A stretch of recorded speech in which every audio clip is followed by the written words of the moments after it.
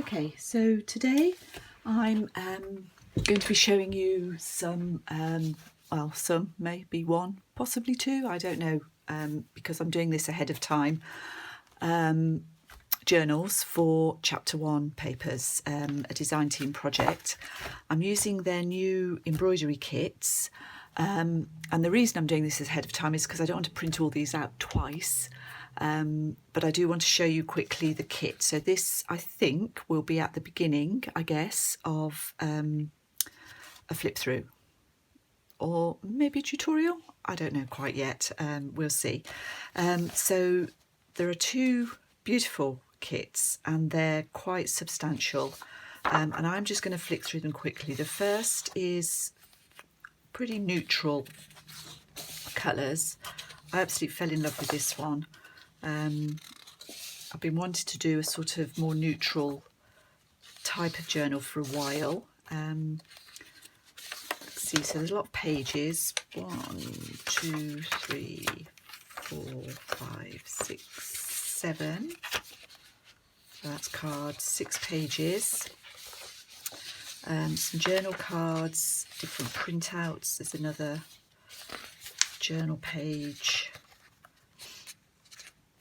That's 6, and another. Some larger cards, or you could use that as a journal page. I haven't quite decided how I'm going to use these yet. So I've printed all of those out, and I've backed them with, again, with a Chapter 1 printable, tea-dye printable. That's actually from the Shabby Florals kit, so a different kit.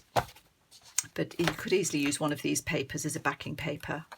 Look very cool if you did that. I didn't think of that at the time, but probably I should have done that. And then there are some more cards. I reprinted, oh no, these are 2 other card ones, but I printed these on thinner paper. This is layout paper, or similar to newsprint. And then I printed a couple of the pages on tracing paper. Again, I'm not sure how I'm going to use them, but hopefully something will occur to me. And then there are the seed packet pages as well. This is a separate kit, I believe, and I think there are 6 seed packets. So I've got those printed off. So those are the first 2. And then there is the more colourful embroidery kit. So again, we've got 1, 2, 3, 4, 5, 6, 7 journal pages. And again, I've used the backing from the actual kit for these, for some of them, and the tea stained one as well. Thought I'd mix this one up a bit. These are just absolutely gorgeous. I think that's probably my favourite out of all of them, maybe. Don't know. I've got some envelopes, some larger cards, or again, you could easily just use that as a journal page. There's another envelope in this kit. Some similar to cigarette cards, but a bit bigger. Smaller journal cards. And some bobbins and more tags, some larger tags. And then there's also a set of seed packets that goes with this kit as well. So there are 6 pages of those. So those are the papers. Apart from the speciality papers that I've used, you know, the tracing paper, I've printed this on very smooth 120 gram weight, or 120 GSM weight paper. So watch this space, and hopefully tagged onto this there'll be something, and I'll see you all again soon. So this is going to be a bit of a series, I think, a tutorial on how I put together a sort of simple hardback journal. If you're seeing this, you've probably seen the flip through, my previous flip through of the journal that we're putting together. It was a design team project for Chapter 1 papers. links will be below. Haven't actually made the journal yet, so this is a bit strange because I'm sort of talking about it into the future. I don't know if this is going to work at all, but I thought it would be a good one to do because this is a very basic construction. So let's start. I've got mat board, book board, I don't know what to call it really. This is cut off an old notebook and it's 2mm thick. And I've cut two pieces, 5 1/4 by 7 1/4. Two pieces the same. I try and get it as square as I possibly can. And then for the spine, I've got 2 inches by 7 1/4.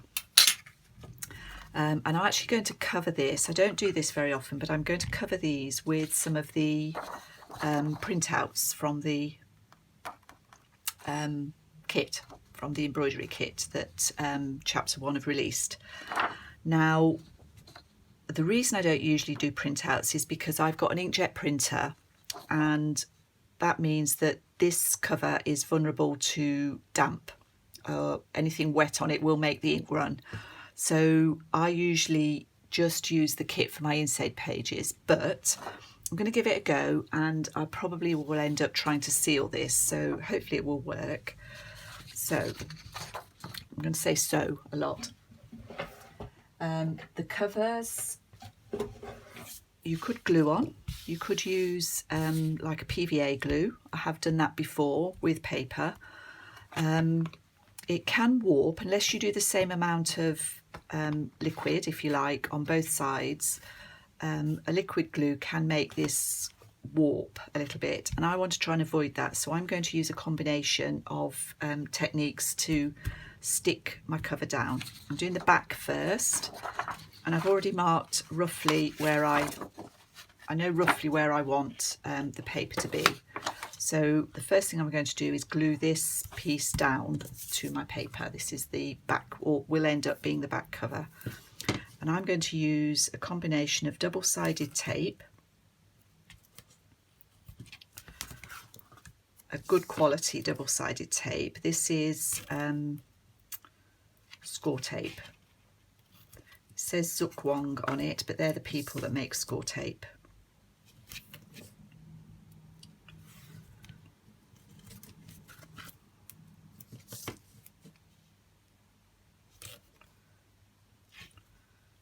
Okay, I want that well stuck down, so I'm just going to burnish it with my bone folder.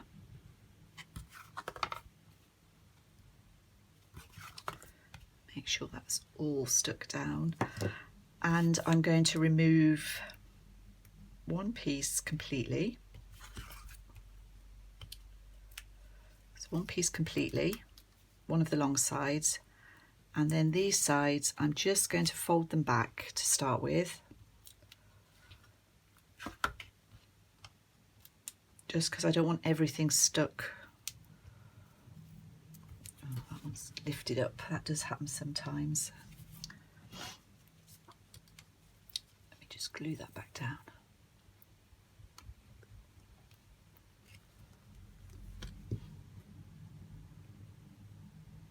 It's not the end of the world if that happens, because we're going to wrap this paper around. Okay, and then in the middle, you could probably get away with not putting any glue on here at all, but I'm going to use this Beacon 3-in-1, which is fast drying and acetone based, so it won't warp this cover in the same way that a PVA would.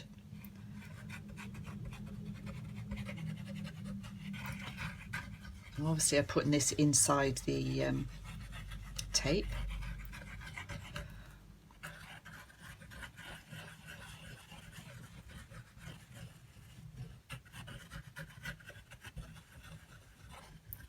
I'm not going to smooth this out. I'll do that, I'll show you how I do that in a different way. So then I'm taking my cover, I'm going to line this up with the pencil line that I've drawn, and just let that drop down pretty square. There we go. Okay, take the tape out.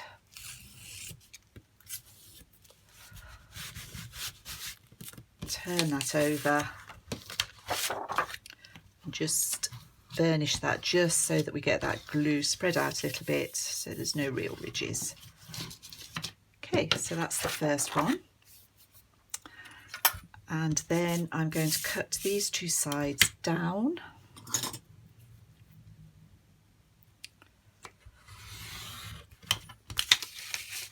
Looks to me as if I've got it a bit crooked, which wasn't my intention, so I might end up having to do this again off camera if it doesn't look right,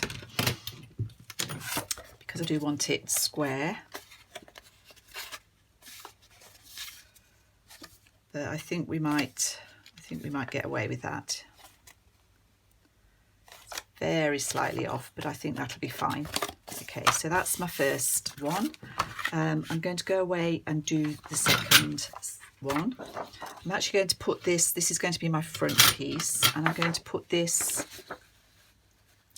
want this in a different position.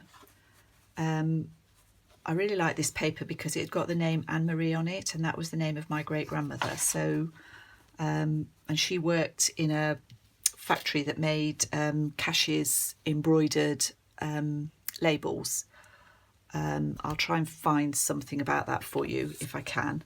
So it seemed appropriate that we'd got an embroidery themed paper pack and her name. So that's just serendipity. That just happened. So I'm going to glue that down, cut it down the same as this, and then I'll be back. Right, so I've got my two pieces glued down. I've just taken this back cover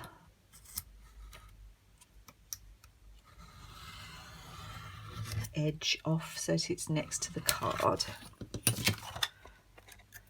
So we don't need it, we're going to use fabric spine, we don't need any extra bulk. So this is our front and our back. Okay, so it's going to look like that, and this is going to be covered up with the spine in the middle, like so. So let's do the edges and get these folded over. Ideally I would have liked that a bit wider, but because I wanted to position this name as low as possible, I've done the bare minimum up there. So the first thing I want to do is cut the corners. So we're going to fold these in, and you need to leave about 1/8 of an inch across the corner.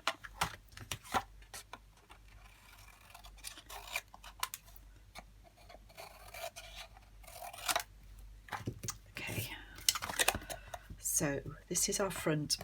And the way I go about this, the first thing I do is just fold the paper just to train it a little bit, I suppose, so that it's sort of already in the right position when we come to fold it over and glue it down. Excuse me, frog in my throat. Okay, and the first thing I'm going to do is these short sides over like this. So again, I'm just training them. I want everything as square as I can get it.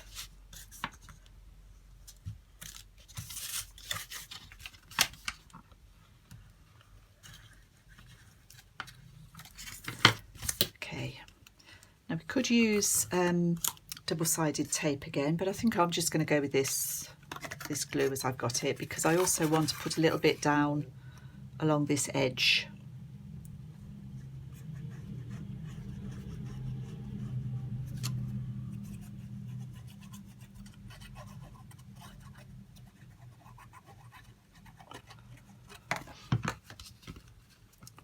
Over.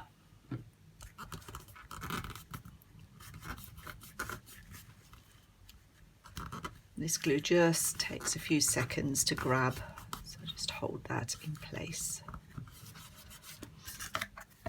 Do the same on this one.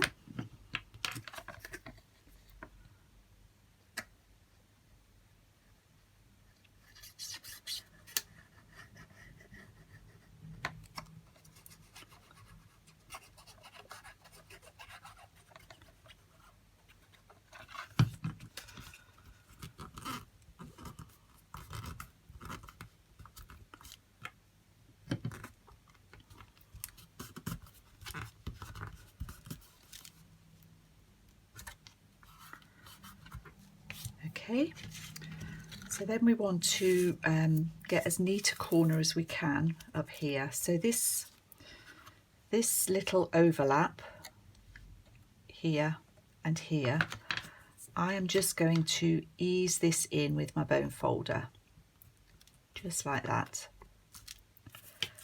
And the same on this side. Could have cut that a bit bigger really. And just because I don't want very much, I'm just going to go to my art glitter glue. Just get that out again. And I'm just going to put a smidgen of glue in the corners here, just to hold those in.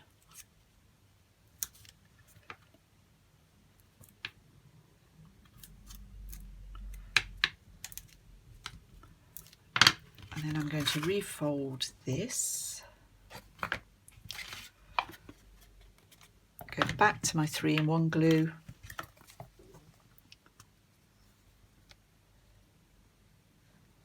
go down the edge, and then on the flap.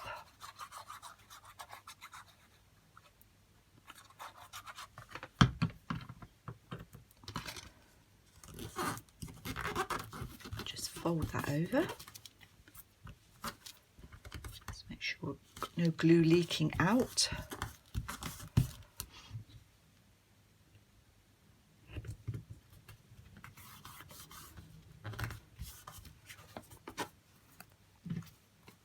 And that's our front cover. This will be, we're going to use fabric on the spine, so I think that's pretty nice and pretty neat. If you want to stay with me, I'll leave the camera on while I do the other one, just so you can see how I do it again. Otherwise, you might want to fast forward.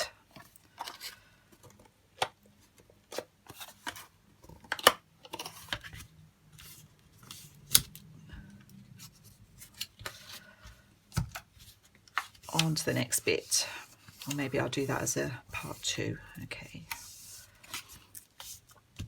Okay, so glue along the edge and on the flap.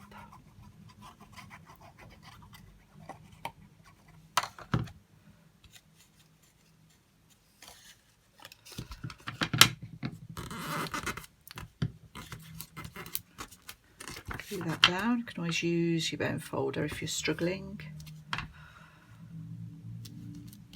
This is a Teflon bone folder. I paid, so it's not bone, it's Teflon. I paid quite, well, I actually had it a present. My son bought it for me, but I know they're quite expensive. But I absolutely would not be without this. And the reason I paid, or the reason I asked him to buy a good one, because the Teflon doesn't leave a shiny mark on the paper when you fold it and rub that bone folder along.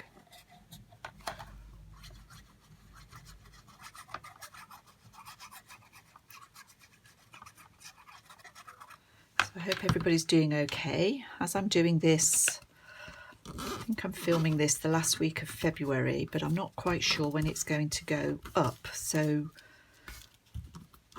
as I'm speaking, we're still in lockdown here in the UK. Thoroughly fed up of it, of course.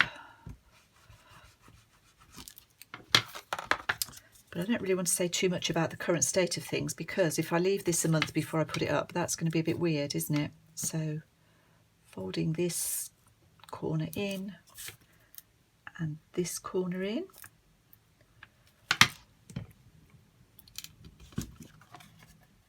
Just going to reinforce those with a little bit of, so I've unfolded them again, a little bit of PVA actually, this art glitter glue.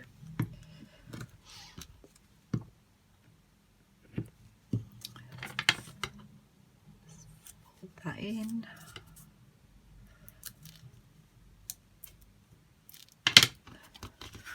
And we'll just train this again to make sure everything is And then I want to glue down the edge.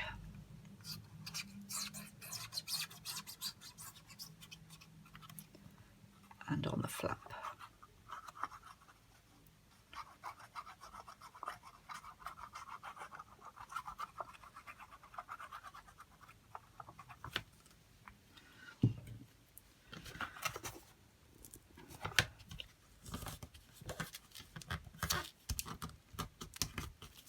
Just pulling this inwards because I don't want any glue seeping out onto the outer cover.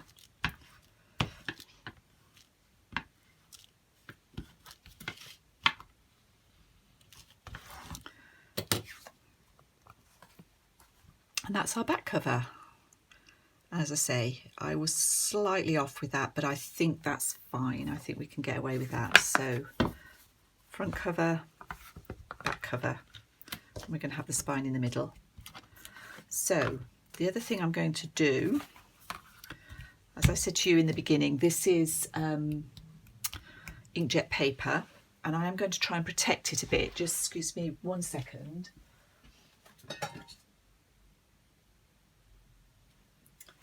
I'm actually going to use this clear matte finish varnish, I guess, paint. But I can't do that in the craft room because this is one of these that you have to do outside basically. So I will give this a very light spray. I'll probably do 2 or 3 coats. I'll give these a very light spray, and I'm going to do it before I do anything else. So when I come back for part 2 of this tutorial, these will have a coating on them, so they're a little bit more protected from any possible damp. Thank you, and I'll see you soon.